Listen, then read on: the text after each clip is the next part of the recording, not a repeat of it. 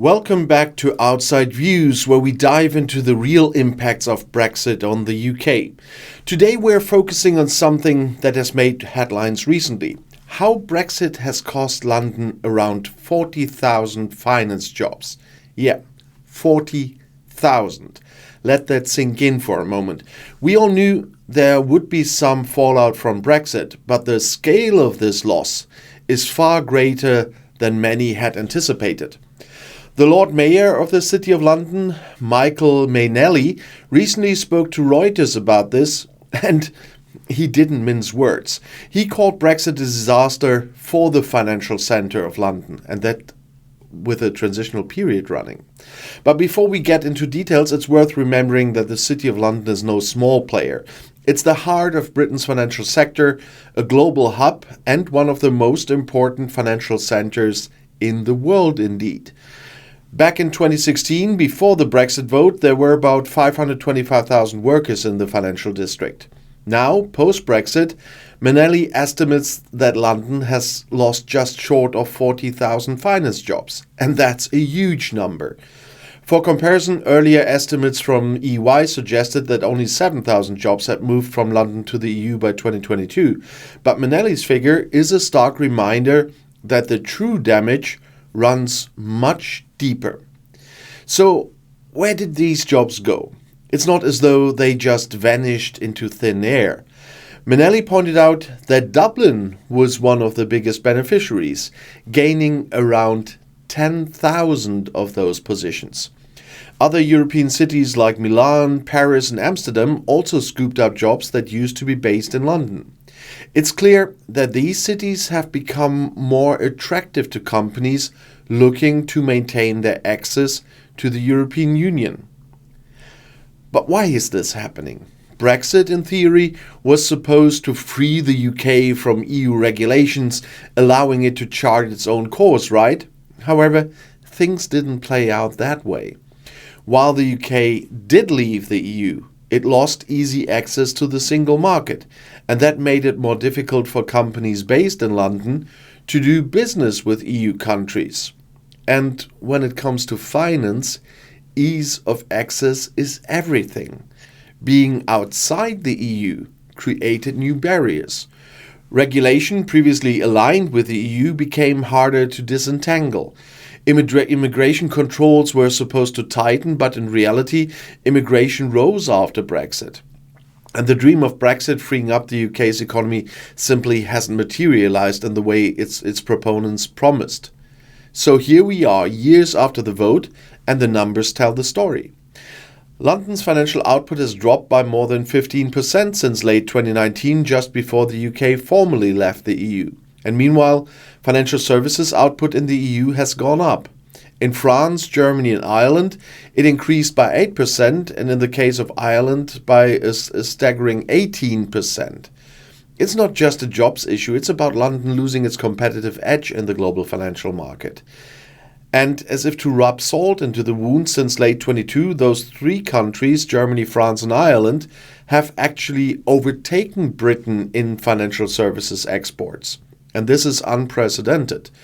The UK was once a leader in exporting financial services, but now other EU countries are outpacing Britain in the very sector that used to be its crown jewel. And this isn't just happening in isolation. Britain's financial services sector is being overtaken by other business services as well. Exports from sectors like law and advertising are now outpacing finance in the UK. That's not to say that London's financial sector is completely dead. Mainelli pointed out that the city has actually grown in other areas beyond traditional finance, with sectors like data analysis and insurance seeing an uptick. Today, the City of London employs about 615,000 workers. But let's be honest, that growth is happening despite Brexit, not because of it. The financial centre is diversifying, yes, but the pain of losing nearly 40,000 finance jobs can't be overlooked. And now, to add a bit more context, Britain's overall economic situation isn't exactly rosy either. The UK has been grappling with an economic slowdown, much of which can be traced back to the uncertainty and damage caused by Brexit. Britain's official budget forecaster predicted that Brexit would shrink trade volumes by 15%, and so far, that prediction is on track. And the question we are all left with is, was it worth it? For many, the answer seems to be no. Recent opinion polls show that most Britons think Brexit has been a failure. The promised economic benefits haven't materialized. The UK isn't booming with new trade deals. Instead, the country is left trying to rebuild its relationship with the rest of Europe. Even Prime Minister Keir Starmer is trying to make amends.